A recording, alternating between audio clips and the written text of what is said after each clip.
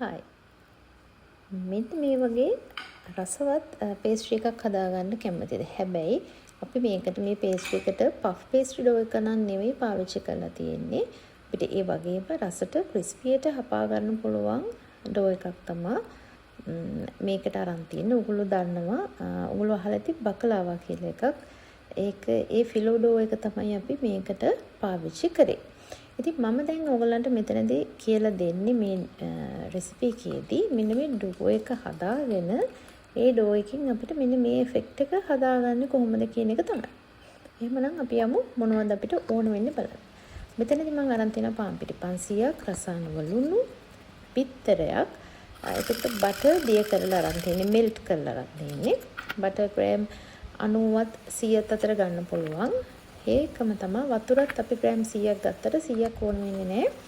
ඒකට ඩෝ එකේ ඝනකමට අපිට අනා ගන්න ඕන වෙන ඩෝ එක බෝලයක් වගේ හදාගන්න. ඒ කියන්නේ තද ගුලියක් වගේ හදාගන්න ඕන කරන වතුර ටික තමයි අපිට ඕන වෙන්නේ.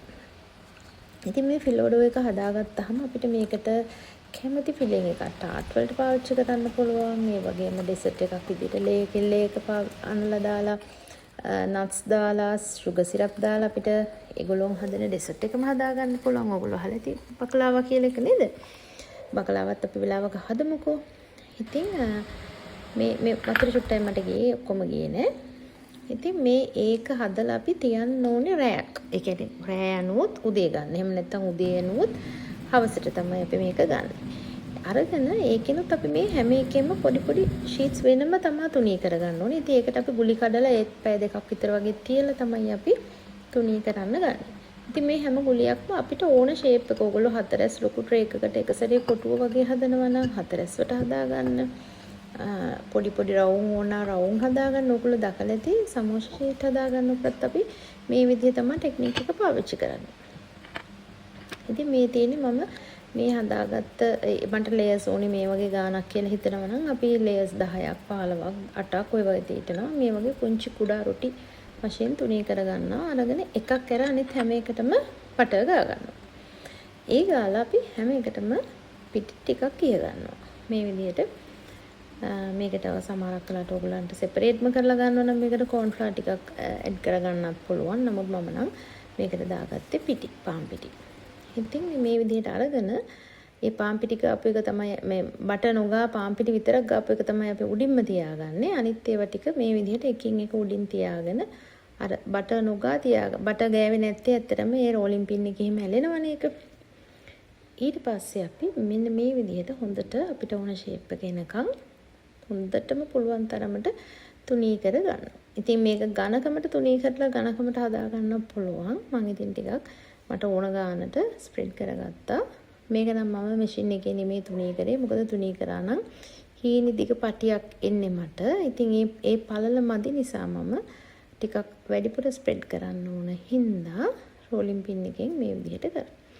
ඒ කළා මම ටිකක් හතරස් කරගන්න බැලන්ස් කරගන්න වැඩිපුර තියෙන හොන් ටික කපලා මෙන්න මෙතනදී තමයි අපිට මේ බ්‍රේඩඩ් ඩිසයින් එක හදාගන්න වෙන. ඒ කියන්නේ ගොතල වගේ හදාගන්න.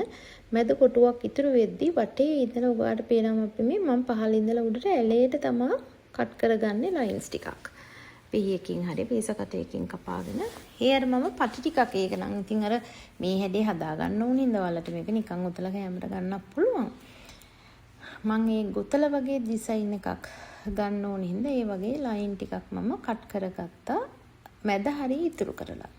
ඒතර මේ ඉතුරු කරපු මැදට තමයි මම මගේ ෆිලිං එක දාන්නේ. ඉතින් මම ඒකට චිකන් ෆිලිං එකක් තමයි හදාගෙන තියෙන්නේ. ඔයගලන්ට කැමති ෆිලිං එකක් හදා ගන්න පුළුවන්. මේකට පළතුරු කපලා දා ගන්න පුළුවන් ඩෙසර්ට් එකක් විදිහට ගන්නවා නම්. ඉතින් ඒක කැමති එකක්. ඔයාලට මේකට අන්නසි කුක් කරලා අරගෙන හැම දාන්නත් පුළුවන්. ඒකට ප්‍රශ්නයක් නැහැ. නට්ස් වර්ග දාලා හදා ගන්න පුළුවන්. ඒක ඩෙසර්ට් එකක් විදිහට ගන්නවා නම්. ඉතින් මේ විදිහට අරගෙන අපි ඒක ඔයගොල්ලෝ බිත්තර මේව එකක් බිත්තරයක් කඩලා ඒකේ සාරු ලෑස්ති කරලා තියාගන්න. එක අපිට මේ පටි ටික අලව ගන්නත් අපිට ඕන වෙනවා. වගේම උඩින් ගන්නත් ඕන වෙනවා බිත්තර ටිකක්. ඉතින් මේ වැඩිපුර තියෙනවා නම් ඒ හැඩේ හදා ගන්න ඕන හින්දා මම අයින් කොන් කැලි දෙක කඩලා උඩින් වහගත්තා.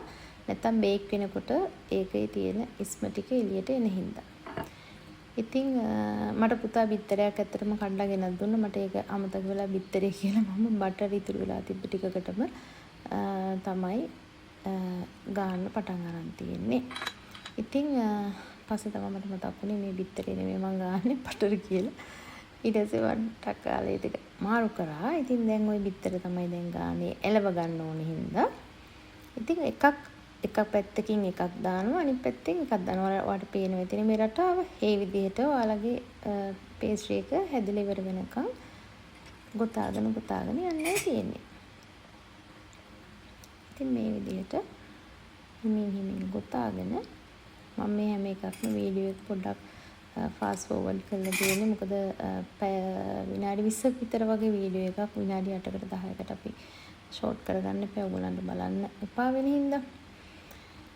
ඊට පස්සේ මේක මොකද මම දෙකකට මේ පේස්ට්‍රි දෙකකට ඩෝස් වෙන් කරගෙන ඉන්නේ. මම එකක් හදනවා. ඉතින් ඊළඟ එක පුතා ආසාවෙන් ඉන්න එයාට හදන්න මේ කට් එක දාලා. ඉතින් එයාටත් එකක් දෙනවා හදන්න මම. ඉතින් මේක මේ විදිහට පුතාන්න ලෑස්ති කරලා තියාගන්න.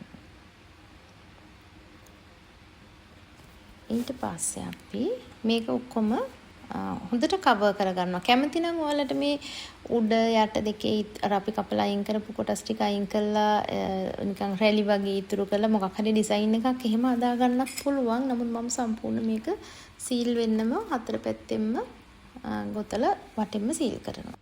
ඊට පස්සේ අපි බිත්තර සාරු අරගෙන හොඳට ගානවා. මෙහා පැත්තේ තියෙන ඇත්තටම පුතා හදලා දුන්න මට එකක්. ඒක තමයි තියෙන්නේ එහා පැත්තේ. මම ඉතින් දෙකම එක තැටියට දාලා හැදුවා. ඊට පස්සේ oven එකට දානවා 180 උෂ්ණත්වයට විනාඩි 20ක් විතර තිබ්බාම ඇති. ඒකත් ඔයගලන්ගේ උෂ්ණත්වයේ oven එක පවත්වන විදිහ අනුව පොඩි වෙලාවක් එහෙට මෙහෙට කාලේ යවි. ඊට පස්සේ අපි මම මේක දැලකට මාරු කරගන්නවා. ඉතින් මෙතනින් එහා නම් ඇත්තටම ඔයගලන්ට කියලා දෙන්න දෙයක් නැහැ. මේක තමයි බේක් වෙලා ඉවරුනහම තියෙන පෙනුම තියෙන්නේ. ඉතින් සයිසස් දෙකකට ආවේ. ඉතින් අර පුතාට තාමත් හුරු නෑ. එයාගේ ආසාවට යට එකක් තුන්නේ කරන්න. ඉතින් මේ තියෙන්නේ මම මේ ආයසරයක් මේක කපලා පෙන්නන්නේ වීඩියෝ එක මුලින් ඔයගොල්ලෝ මේක දැක්කා. මේ විදිහට අපිට හරිම ක්‍රිස්පි හරි සොෆ්ට් ඒ වගේම තමයි කනකොට හරිම රසයි. ඉතින් බිත්තර එහෙම එකතු වෙලා තියෙන මේ ඩෝ එකට. ඉතින් මට ඕනුනේ ඔයගලන්ට මේ ෆිලිං එක කියන්න නෙමෙයි. ෆිලිං එක ඔයගොල්ලෝ කැමති එකක් දාගන්න පුළුවන්. මේ ඩෝ එක හදලා බලන්න. මේ ෆිලෝ ඩෝ එක කියලා මේකට කියන්නේ. හරිම බේක් වෙලා එනවා. මේක තව ක්‍රිස්පි එකට එනවා. ඔයගලන්ට තව ගොඩාක් ලේයර්ස් එකට එකතු කරගන්න පුළුවන් නම්. ඉතින් එහෙමනම් ඔයගොල්ලෝ මේ රෙසිපි එක අත්හදා බලන්න.